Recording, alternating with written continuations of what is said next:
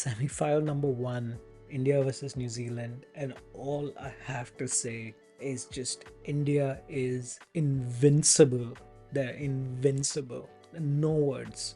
They're defying what people, talked about law of averages. They're defying law of averages. They're gonna win. I think.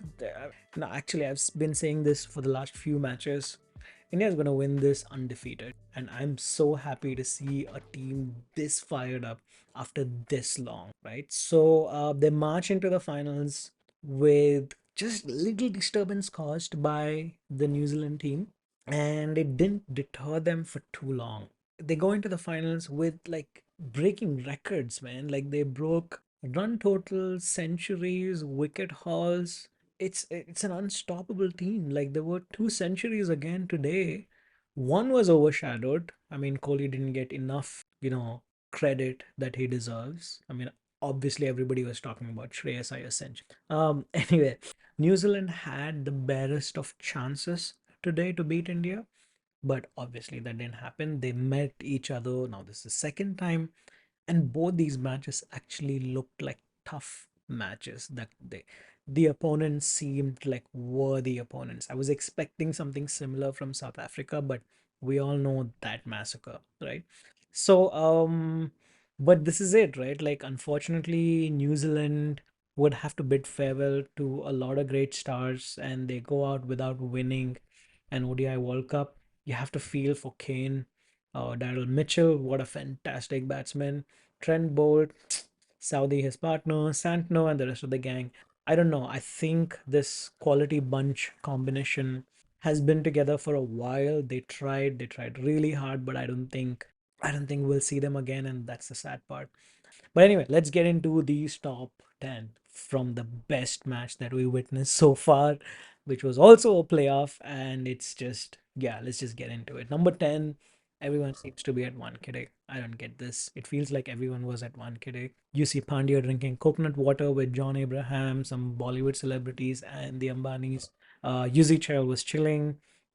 We spotted the real Tala Rajnikant in the middle of the match. I didn't even know he arrived, and no wonder India won, right? Like this guy was right there. And then Sachin Tendulkar was there. Like it feels like we've seen a lot of Sachin during this tournament.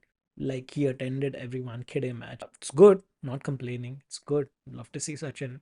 And there was that statue unveiling too, right, of Steve Smith, and he was around, and everyone gets a view of Sachin. So it's good that he keeps coming back. What was David Beckham doing here? Like, I think it's because of UNICEF, but what the hell? Like, it's just the most random celeb appearance in a cricketing World Cup. First I thought, did he ever play cricket or did he ever watch cricket? But then I mean, you kind of realize like he's from England, of course. Like, cricket is talked about in England. I know football is a lot, it's famous for sure, but cricket is talked about in England at least. So, but yeah, what was he doing there? Nine. What the hell was that whole pitch nonsense? How come this controversy just cropped up on the day of the match in that very morning, right? And somehow, by the way, it was not the English journalist, it was not the Australian journalist. This actually came from Indian journalists, right? It's not a foreign media attack like everybody keeps saying. Just shut up about that. And basically, let's see. I saw some quotes, I think from Saint Cricket. It felt like a tournament in India for India and for India India to win. Cannot completely disagree with that statement. Basically, what happened was um the curators, or the team like BCCI or the Indian team, asked the pitch curators of Wankhede to like shave off the grass from the pitch, and that became huge news. I don't know if it's right or wrong, so I'm not going to get into that. I'm just telling you what happened. And apparently BCCI's local curators look after the pitches, for all the World Cup venues, but there is an ICC pitch consultant that comes, examines, and approves, right? So they talked a lot about, an agreed pitch. This is for the final. They talked a lot about this, what pitch they would play. As you'd see multiple pitches on the ground, right? Like, so they agreed upon, let's say, pitch X, right? Or pitch number, yeah, pitch X. But then BCCI and the team or whoever makes this call just decided, no, we're not going to follow X. Let's just use Y. Why? As in, why do they do this? Like, BCCI does not have to do this bullshit because the team is winning. They're on such a good streak. Like, can you just not leave 1 or 2 weeks without any controversy? It started with tickets, went on for like this poor treatment at the stadiums, and then now this. Like, come on, guys, like, just get your shit together. Like, as much as I have my complaints with BCCI, doctoring a pitch is just plain stupid. Like, come on, that's just, it's not gonna happen. This pitch wasn't doctored and it didn't even impact the match. Like the way Shami was bowling, he could have bowled on a cement pitch. Like the ones we practice at cricket academies locally, he would have still gotten those wickets, I feel. But I didn't hear the players moan. I didn't hear the coaches complain. And both these teams got to look at the pitch before the match. So they can make decisions based on what they saw. Number 8. Oh, they steamrolled every team, winning 9 out of 9 matches and now 10. It was hilarious to listen to, all these articles. I get it. There may be some truth about BCC as an organization, but the way they were putting across the point was as if they were trying to do all of this to make India win. India is going to win. They're going to win the World Cup. I think it's set in stone, right? Like, this, look at that team. It's no way they're going to lose it, right? And now how are we going to believe that a team that performed so well is going to doctor a pitch? And plus, this was a high scoring match, right? So I don't know what people are complaining about. It's just plain stupid. And some of them are, I'm sure, jealous that they don't have that attention and the power, the which the white man generally possesses. Now it's the new Asian century, as the great cricketers call it. And it is the Asian century. Look at the stars coming out of India and IPL. So India seemed a little rattled. India wasn't tested till now. Rohit Sharma wasn't tested till now. And in fact, they finished a few games so early that the audience went home, had their dinner, and went to bed early that night. They were now, like, I think the Indian audience is now spoiled by what they did to South Africa and Sri Lanka. Now they expect 4 wickets to be down by the first 10 overs. Anyway, but today there was a little tension. There were jitters during the Mitchell Williamson partnership. You could see some misfields. There were some long faces. There were some misfields here and there. I think Siraj dropped a catch. Or was that last match? Last match, sorry. Shami dropped a catch. I know this because, as usual, there was trolling on his Instagram, calling him all sorts of words. Let's not go there. So there was the funniest moment, which was Jadeja's overthrow. Had to see that. Like, he was embarrassed. He buried his face. But so we know India can be rattled. Like, it just takes, some moments to push them back a little bit, right? And at one point, I knew that everybody was going crazy on Twitter and on subs, but I knew that all they had to do was bring back Shami, because Shami, with any ball, new ball, or he's not even bowling with a new ball, with any aged ball, could take wickets, and that's exactly what happened. But I also remember Daryl Mitchell was giving a tough time to Bumrah and Shami as well. He was hitting them for straight sixes. I was just like, it was a treat to watch. And their faces after that, still like, oh, that's how the other teams felt when our boys hit sixes. Yes, yes, Shami. Just observe Rohit Sharma when things don't go his way. Not during this World Cup. This World Cup, he's been very different.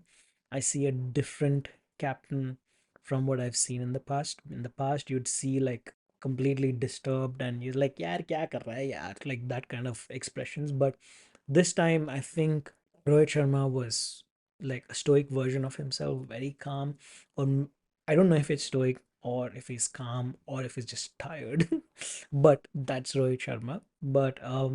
But I wouldn't blame him. It was hot everywhere they went. But he did what he was supposed to do tactically, and I think he was such a great captain. I wish he gets the credit that he deserves. Honestly, before the World Cup started, I didn't feel that, like, Rohit Sharma would be the one winning us the World Cup, be honest. But because I love him as a batsman, I love him as a captain too. But I don't know, I don't see any hunger in him, when it comes to captaincy. But then I realized that's his personality. He's cool, he's calm, he's chill, he's collected, and that's how he gets work done. I completely subscribe to this kind of leadership any day compared to, a strict headmaster. But it's a good thing. I think it gives India an opportunity that they were rattled today, that they can fill those gaps for the finals. But I was also thinking, like, after the first innings, I mean, it's 399. You're not going to win this match no matter what part. Come on. The rattling didn't last too long. They won the game after that main partnership. Easy peasy. Number seven, let's look at New Zealand's journey so far. They have had an odd streak of wins and losses. The captain was absent, and Latham did like a fantastic job in his absence. It didn't even feel like a captain, an experienced captain was missing. He made the same calls, I think, what Kane would have made or close.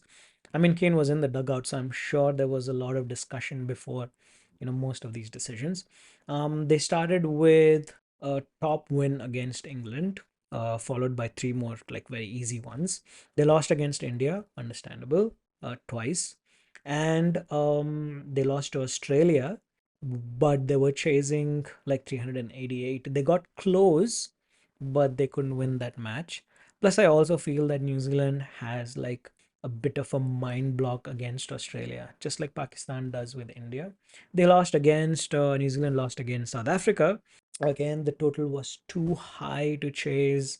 South Africa came, bam, bam, bam, thanks to QDK, and everything went south from there.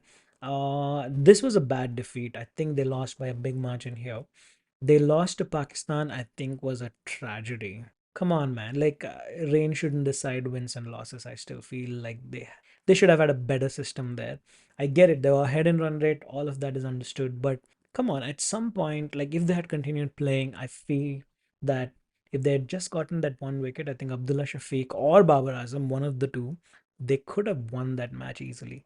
They've done pretty well, and it's going to be a hard exit for them this World Cup. Very sad because I don't think we'll be seeing these dark horses again. And that too, like such a deadly combination.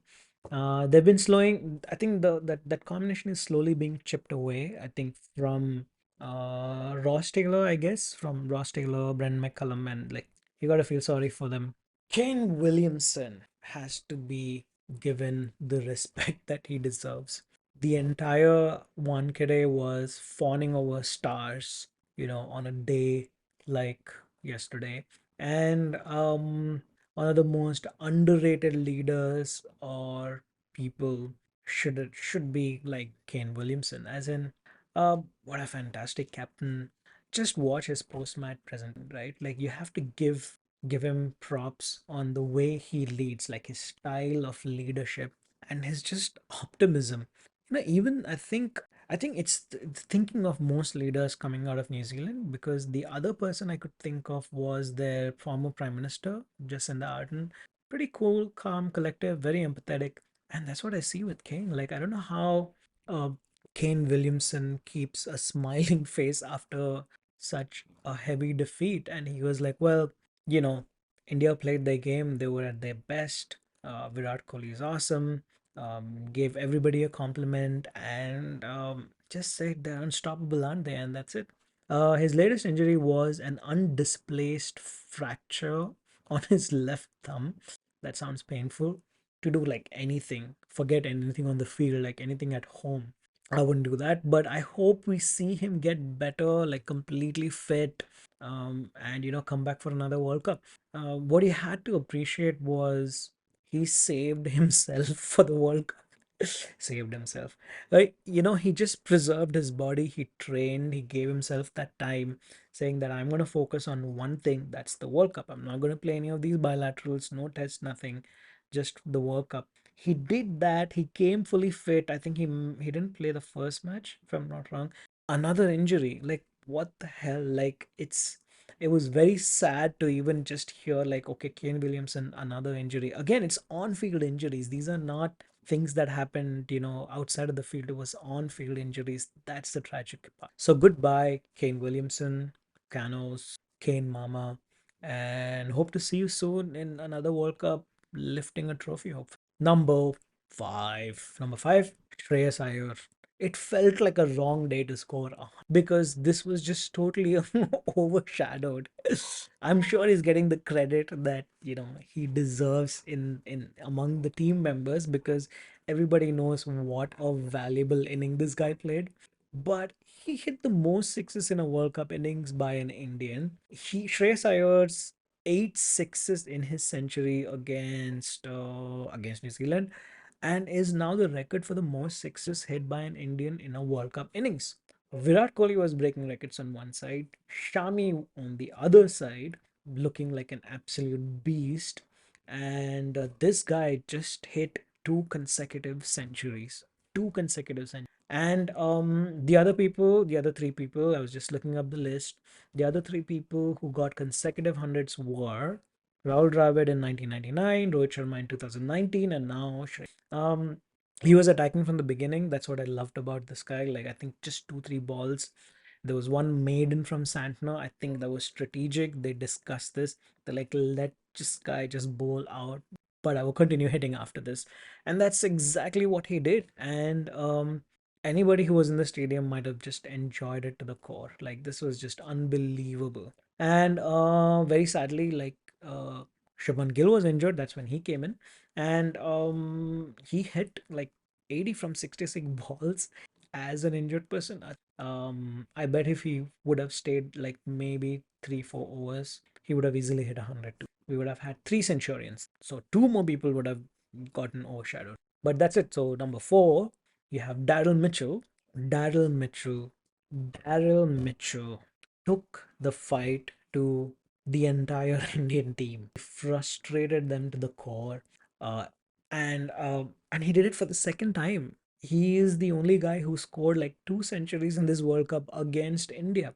Daryl Mitchell now has five ODI hundreds in 2023. It's an equal record with Shubman Gill and only behind Virat Kohli six. Virat Kohli is at one point, when Daryl Mitchell and Kane Williamson were batting, Daryl Mitchell was hitting Shami, Bumrah, Kuldeep, you name it, and this guy was hitting them all across the park. At one point, you could see Ashwin was coming from the dugout, chatting with Kuldeep, maybe strategizing with him to see what they can do. And it's supposed to be like a spinning wicket because, pitch controversies. But yet, Daryl Mitchell just gave every spinner a nightmare.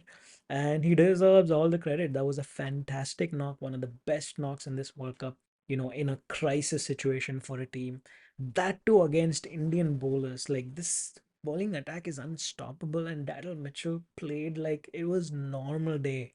But anyway, he deserves all the credit. There were people were not comfortable tossing it to him, slowing it down because he knew what he was doing. It's That's about it. It's number four for me. Number three has to be the captain, Rohit Sharma. What a transformation. Everything that I said before, plus this guy is also raking up records. I think strategically he's become such a great captain. Uh, we already know that like his win percentage is high. And at the same time, I'm seeing like a different side of Rohit Sharma in this contest, in this tournament. You generally see him agitated when something goes wrong, but in this case, I think he looked extremely calm and collected. Right? As a batsman, this guy is firing from all sides. We know that. Most sixes in the World Cup history. Rohit Sharma, with his four sixes in the semi-final, reached a total of 51 sixes, surpassing the legendary Chris Gayle. Most sixes in a World Cup edition. Rohit's 28 sixes in the 2023 World Cup set a new benchmark for the most sixes in a single cup edition. Highest team total in the ICC World Cup knockouts. India has 397 for four. That too against New Zealand. Number two, Virat Kohli. The man is a demigod. Like, he's breaking records since last year, I guess. And got 50 centuries, man. 50 centuries in one day international. That's bonkers. His gesture towards towards the guy who he beat was absolutely wholesome. Like he goes to Sachin, he bows down, gives his wife a kiss, and then it was just wholesome to watch. Like, and that's what I like about Virat Kohli. He's just not ashamed to be a little vulnerable and emotional, right? And yeah, I love Sachin like any other citizen of this country. Otherwise, you're not an Indian. But I saw his tweet after this century, or maybe after he exited the stadium. Uh, didn't you think that he made it about himself? I may be banned for this, or I will be hounded for this, but I'm gonna say it. Look at his tweet. The first time I met you in the Indian dressing room, you were pranked by other teammates into touching my feet. I couldn't stop laughing that day, but soon you touched my heart with all the passion and skill. I'm so happy that a young boy has grown into a Virat player. I couldn't be happier that an Indian broke my record, and to do so in the biggest stage in the World Cup semi-final at my home ground is the icing on the cake. I won't say more. It is just a funny tweet. I know I will be banned. I just started doing this, so I don't want to be banned. But you know what I mean. It's just in jest, like just joking about it. But anyway, such a fantastic player. I mean, the man is a statue at 1K. Come on, you have to bow to him, right? Virat Kohli is a perfect example for a GOAT player because never hides the soft side. Like, he was thanking his wife, he was thanking his mentor and his leader, Sachin. And like, I think at some point he was saying that this is calling it an ideal moment, like where his family is present, where his hero is present, and it's in 1K day on the same date that Sachin retired.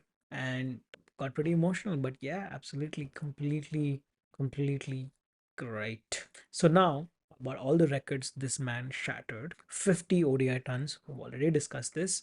Then so 43 out of these 50 hundreds have come in Indian wins. That means whenever Virat Kohli, scored a century, he had the team had 86% success rate. And what's the most shocking part, so 43 out of 50 hundreds, have come when India actually won that match, right? So there's 86% success rate, every time Virat Kohli scored a century, or, these 50 centuries. The most shocking part was, out of the seven losses, 43 out of 50, there were seven losses. Only four of those losses were run chases. So chase master, really.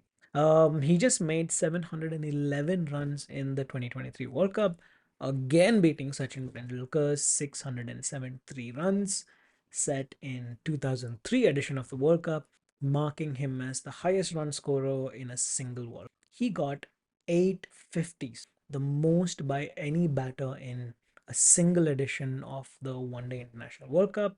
Tendulkar in 2003, Shakib in 2019 had 750 plus scores, right? But that's Virat Kohli for you guys. Like, this guy is a legend. Like, I'm sure maybe in a year or 2 years, he's going to clock those 100 centuries easily. Finally, number one. Who could beat Virat Kohli apart from our very own Lala?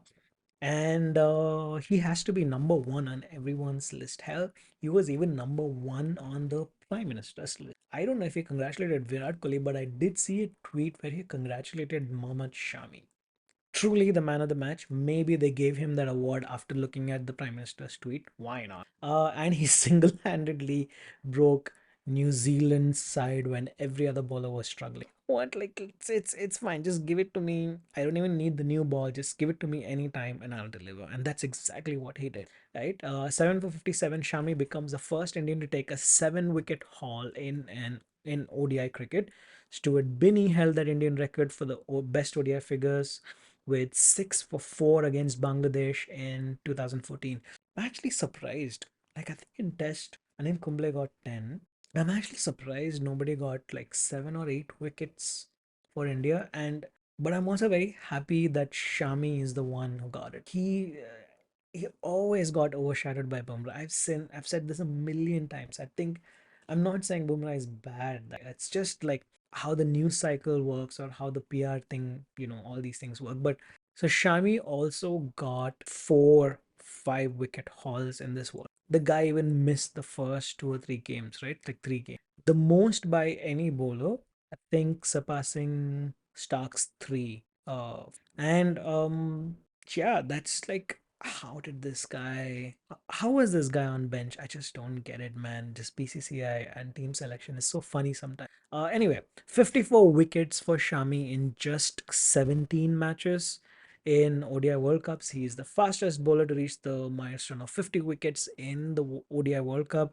The second best is Stark in 19 games. It's like actually very close. 2 games is very close. He could have probably, yeah, 2 games is very close. Anyway, most wickets in a single World Cup edition for India with a total of 23 wickets in this World Cup. Shami surpasses Zahir Khan's record of 21. Zach in 2011 was a different animal, but yes. After all of these wickets and records being shattered, it sucks that the conversation has to go to, but the pitch, right? The pitch, the ball changed. It's so stupid. How can this team not win the match and the World Cup? It'll take like a million things to go wrong on the day of the final. They're getting this. Like, it's coming home and it's staying here for the next 4 years. See you.